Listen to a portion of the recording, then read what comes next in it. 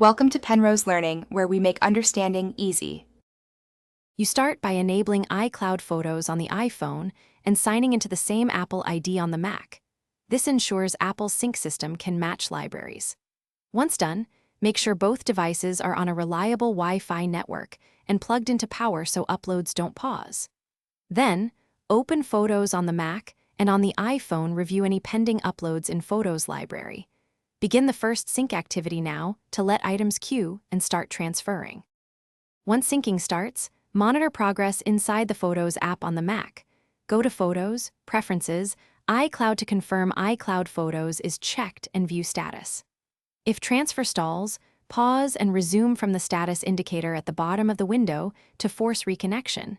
You can also resolve duplicates or large video uploads to speed things up.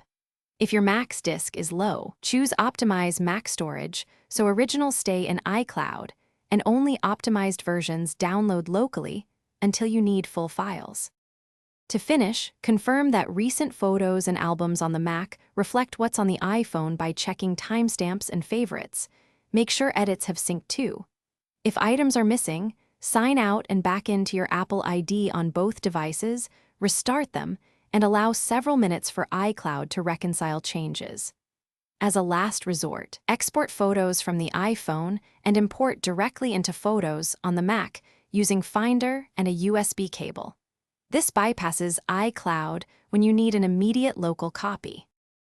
Thanks for watching. If this was helpful, leave a like and consider subscribing. See you next time.